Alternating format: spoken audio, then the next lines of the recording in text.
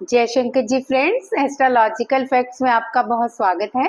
तो आज की वीडियो में हम समझेंगे कि तिथियों के अनुसार कैसे हम अपने स्वर को सिद्ध करके अपने कार्यों में सफलता प्राप्त कर सकते हैं, अपने कार्यों में किस तरह आगे बढ़ सकते हैं। और अगर हम स्वर विज्ञान में तिथियों के अनुसार स्वर के अनुसार चलें तो कभी भी हमारा कोई कार्य असफल नहीं जाता, हमारे साथ कभी कोई अनिष्ट नहीं हो सकता, कोई तंत्र मंत्र जादू टोना आप पर नहीं चलता। हमेशा ईश्वर के साथ आप अलाइन रहते हो और बहुत सारा मान सम्मान यश प्राप्त होता है आपको। इवन आप जहां भी जाते हो वहां आप अपने ऑरा से सबको पॉजिटिव बना देते हो। तो ये तिथियों के अनुसार स्वर कैसे चलाना है, आज की वीडियो में हम यही जानेंगे और मैं बड़े आसान तरीके से आपको ये विधि समझाऊंगी ताकि आप उस स्वर से जग के अपने कार्यों में सफलता हासिल कर सके, मान सम्मान की प्राप्ति कर सकें और हर अनिष्ट से बच सकें। तो चलिए वीडियो स्टार्ट करूं, इससे पहले मेरे चैनल को सब्सक्राइब कर लीजिए, वीडियो को ज्यादा से ज्यादा लाइक और शेयर कीजिएगा। चलिए जानते हैं कि किस तरह कौन सी तिथियों में हम अपने उस स्वर के साथ जग के अपने आप को बहुत भाग्यशाली बना सकते हैं और ईश्वर के साथ अलाइन रह सकते हैं। स्वर स्वर बहुत सारी बातें करते हैं, इनमें से अगर हम स्वरों की भाषा समझ लें तो हमारा दिन तो शुभ जाता ही है, इवन हमारे साथ कोई गलत भी नहीं कर सकता। हम अपने स्वरों से बात करके बहुत कुछ जान सकते हैं। बातें तो चलिए वहां बाद में आपको समझाई जाएंगी, आज के विषय में आपको ये समझना है कि हम तिथियों के अनुसार दिन के अनुसार कैसे जगें, यानी कौन से दिन हम कौन से स्वर के साथ जगें कि हमारे सारे कार्य सफल हो, हमारा दिन शुभ हो, हम पॉजिटिव ऑरे के साथ उठे और हमारे सारे कार्यों में हम लगातार सफलता ही सफलता प्राप्त कर सकें। तो चलिए जानते हैं वो कौन से दिन है। तो वार के अनुसार यानी जो दिवस है दिनों के अनुसार इसको 3 और 4 में विभाजित किया गया है, यानी कि जो चंद्र नाड़ी है जिसे कि ईड़ा नाड़ी लेफ्ट नोजल कहते हैं, उसके अनुसार ये 4 तिथियां हैं, ये 4 दिवस हैं जिसके अनुसार हम जग के अपने कार्यों में सफलता हासिल कर सकते हैं। तो जरा नोट कर लीजिए कॉपी और पेन पे, कौन कौन सा ये ईड़ा का दिन है जिसे हम जग के अपने भाग्य को चमका सकते हैं। तो वो दिवस है सोमवार, बुधवार, गुरुवार और शुक्रवार। इस दिन अगर हम अपनी ईड़ा नाड़ी से जगते हैं तो हमारे सारे कार्य सफल होते हैं। ये तो आप जानते ही हैं कि किस तरह से जगना है, लेकिन फिर भी मैं आपको बता देती हूँ। सबसे पहले उठ के अपना स्वर चेक कीजिए। इवन अगर नहीं चल रहा है ईड़ा उस दिन, सोमवार के दिन या गुरुवार के दिन या शुक्रवार के दिन और बुधवार के दिन अगर आपका ईड़ा स्वर यानी कि लेफ्ट नोजल नहीं चल रही तो आपको बिस्तर उठने से पहले ही चेक कर लेना है और आपको फिर अपनी उस करवट सो जाना है जहां से आपकी ईड़ा स्वर चालू हो सके। यानी कि आपको सूर्य स्वर नीचे करके ईड़ा को ऊपर रखना है। आपको अपनी राइट साइड सो जाना है ताकि आपकी लेफ्ट नोजल चल सके। आप ज्यादा से ज्यादा 5 मिनट ही लेटेंगे करवट बदल के, आपकी ईड़ा नाड़ी चालू हो जाएगी। उसके बाद फिर आप फिर स्वर चेक करेंगे, जगेंगे और पैर धरती पे रखने से पहले आप अपने गहरे लंबे स्वर को खींचेंगे और फिर धरती पे पैर रखते हुए हम धरती को ग्रेटिट्यूड करेंगे, इस पूरे यूनिवर्स को ग्रेटिट्यूड करेंगे और ग्रेटिट्यूड करेंगे अब अपनी ईड़ा नाड़ी को कि आज का दिन हाँ उसके द्वारा हमारा पूरा का पूरा सफल होने वाला है। तो ये तो हो गई आपकी ईड़ा नाड़ी की बात।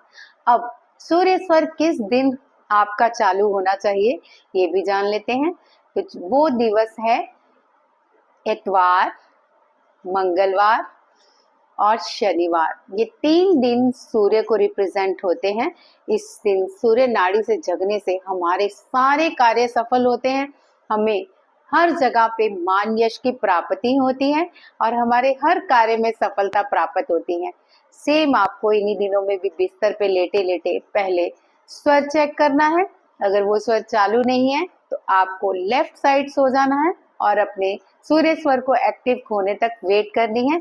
5 मिनट के अंदर ही आपका स्वर एक्टिव हो जाएगा। फिर आप उठ के वैसे ही धरती पे पाँव रखें स्वर को खींचते हुए, और धरती और यूनिवर्स का ग्रेटिट्यूड करें कि वो आपको हर कार्य में आज सफलता दिलाने वाली है। लेकिन इसके बावजूद कुछ दिवस ऐसे भी हैं जिनमें अगर हम 15-15 दिनों बाद भी अगर वो स्वर सेट कर लें, तो हमें डेली रूटीन में अगर कभी कभार स्वर चेक करना भूल भी जाएं तो हमारे लिए कुछ ज्यादा मुश्किलें खड़ी नहीं होती। तो ऐसे कौन सी तिथियां हैं जानते हैं? वो है पूर्णमासी और अमावस। याद रखिए इन 2 दिनों को, बहुत ही महत्वपूर्ण है। ये आपके पूरे महीने को सेट कर देते हैं।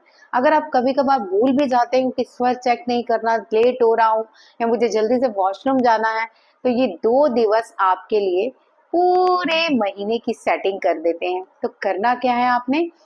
पूर्णमासी के दिन आपने अपने ईड़ा स्वर को चालू कर लेना है, और ईड़ा स्वर से आपने धन्यवाद करते हुए सभी यूनिवर्स और धरती माता और खुद की आत्मा को, यानी कि खुद की साउल को शुक्रगुजार करना है कि मुझे आज की तिथि के दिन आपने ईड़ा स्वर से जगाया, यानी चंद्र स्वर से जगाया, जिसकी वजह से मैं पूरा महीना सफल होने वाला हूँ।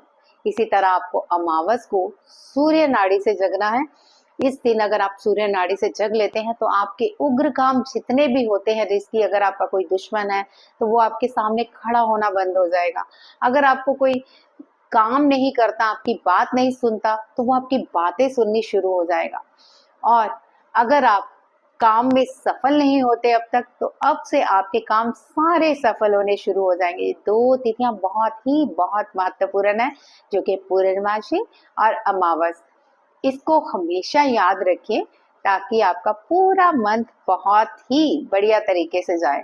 इसके बाद आप एक और याद रख सकते हैं तिथि, वो है कि अगर थर्सडे वाले दिन कृष्ण पक्ष आता है तब आप सूर्य नाड़ी एक्टिव करेंगे। अगर थर्सडे वाले दिन शुक्ल पक्ष आता है तो उस दिन आप ईड़ा नाड़ी एक्टिव करेंगे। इस तरह आपका महीने, दिन, साल पूरा का पूरा सेट हो जाएगा, तो आप सफल ही सफल रहेंगे।